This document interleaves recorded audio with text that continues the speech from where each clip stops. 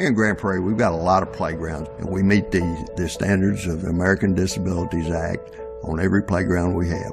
It's part of the original ideas of our Central Park and the Epic experience.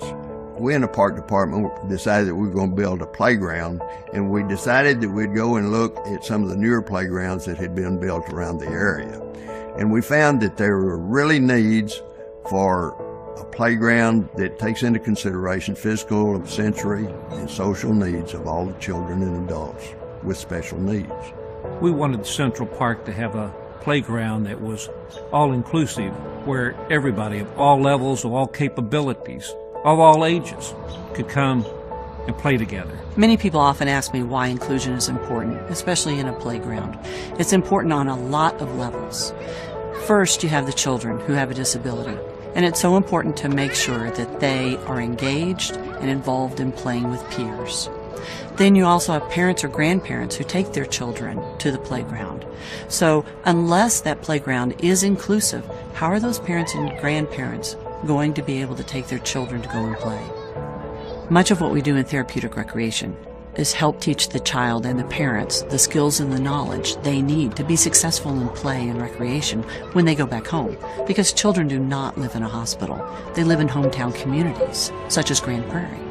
And it's so important to have inclusive playgrounds, accessible parks, accessible buildings, inclusive recreation programs, so that the children who live in your community, as well as the adults, they can be involved in recreation and leisure and play. All you have to do is come to an all-inclusive park and you see kids playing together who are impaired and non-impaired kids playing side by side in harmony, and you cannot help but to be touched to see those kids playing together.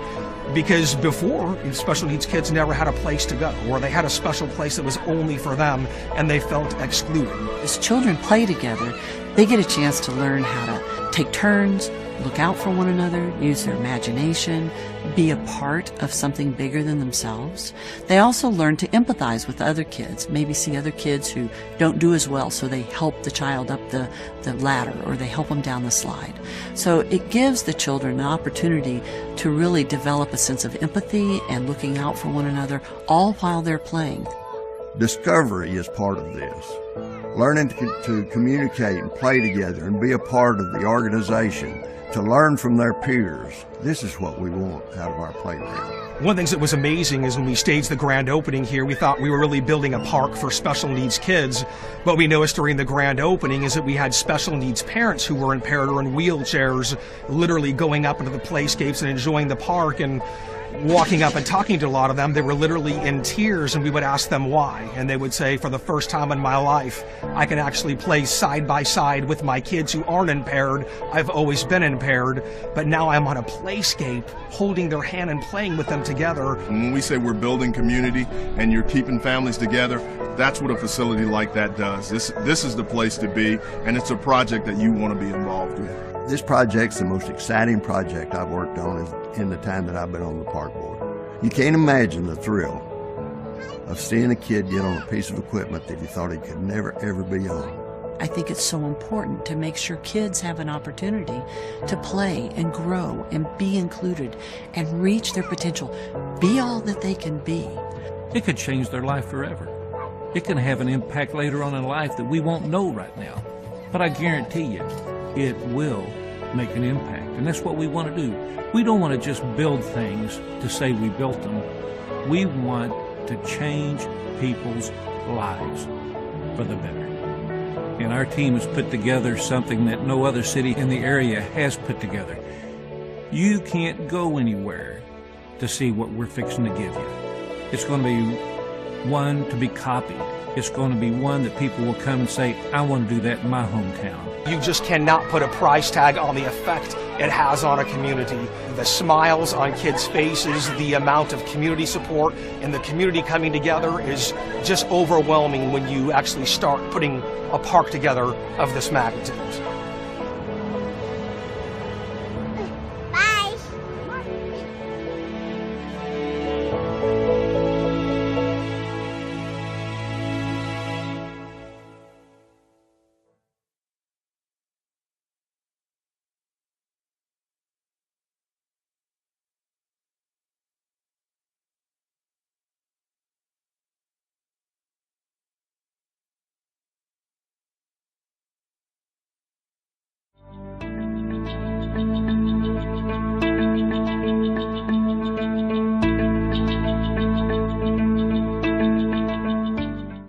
Welcome to Grand Prairie Update. I'm Terry Briggs. And I'm Don Johnson. Here's what's happening in your city.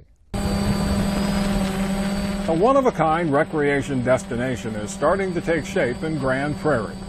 The outlines of the Epic at Central Park are beginning to emerge after 4 months of construction at the 172-acre site. The plans for the Epic include a massive indoor-outdoor water park, a large recreation and fitness center, Playground Adventures, which is a revolutionary, all-inclusive playground, as well as an amphitheater and other amenities. Grand Prairie voters approved a quarter-cent sales tax for the $75 million project, but private funds are also being used. We're asking them to put this poster on the door of the business. On Friday, officials kicked off the Miles for Smiles fundraiser.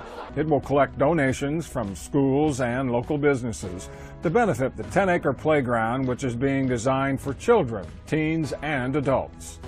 Now, why are we doing a fundraising for it?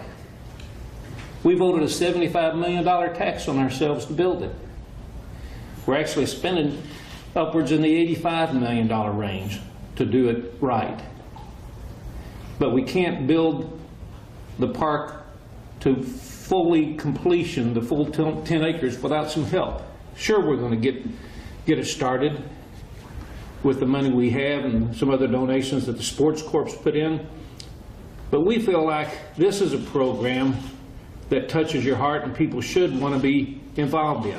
We are so thrilled to be able to not just participate as a school district, but teaching our children, whether they come from families that have a lot or have a little, teaching our children the value of giving back, of being of service, is one of the greatest lessons in leadership that they can have.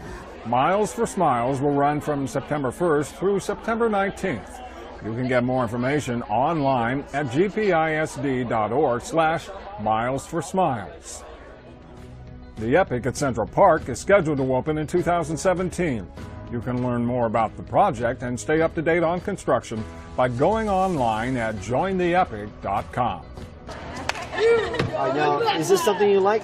Getting kids ready for a new school year was the order of the day at the Grand Back to School Fair at South Grand Prairie High. Sponsored by the Grand Prairie Independent School District and the city, it's a one-stop location for everything from free school supplies to free haircuts to immunizations, medical, dental, and vision screening. There's also plenty of entertainment, courtesy of talented kids from the GPISD. The free school supplies come from donations, including 500 backpacks full of supplies from Grand Prairie United Charities, whose Tools for School program has been helping parents with kids pre-K through 5th grade for several years. And with 100 different agencies and more than 400 volunteers on hand, this is Grand Prairie's biggest back-to-school event. It's amazing the great partnerships that come together to let the families know that we are focused on student achievement. That's the main important thing, but we know that if the basic needs like physical needs are not being met, that's going to get in the way of the kids learning. So we all come together on this special day, August the 13th, to let them know that we are here to support you and partner with you so your kids can have the best education here in Grand Prairie ISD. Rodriguez says that more than 7,000 people were served at the Back to School Fair this year. Grand Prairie is reporting its first case of Zika virus and taking quick action to keep it from spreading. The City of Grand Prairie has been informed by the Dallas County Health and Human Services Department that we do have a travel case of Zika virus in Grand Prairie. We had a citizen who traveled out of the country to Trinidad, and while they were out of the country, they were bitten by a mosquito carrying the virus. They did get sick, and they have sought medical treatment. On Wednesday, the city initiated its Zika response plan. It calls for workers to go door to door to alert people who live close to the victim.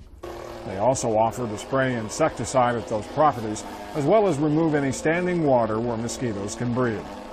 The final step is to ground spray the entire neighborhood to stop the Zika virus from spreading to the mosquito population.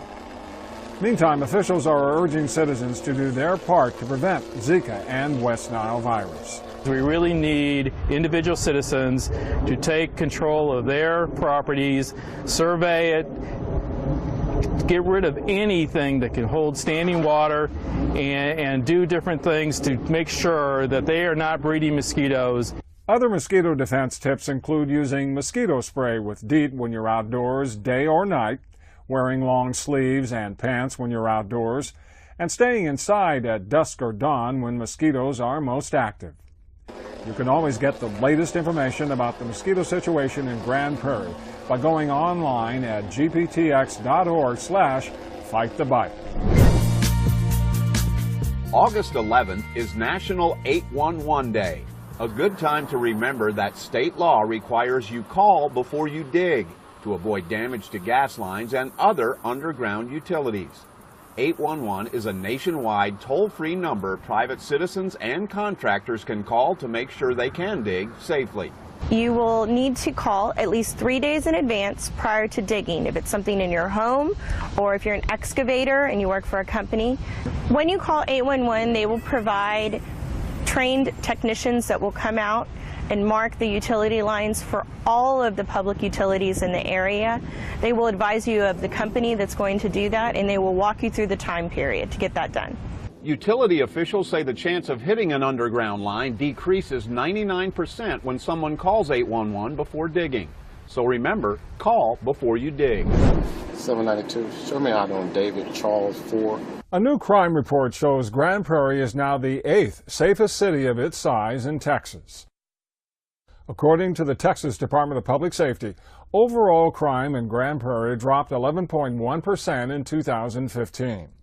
It's the 6th year in a row the city has seen a decrease in the crime rate that includes murders, rapes, aggravated assaults, robberies, and theft.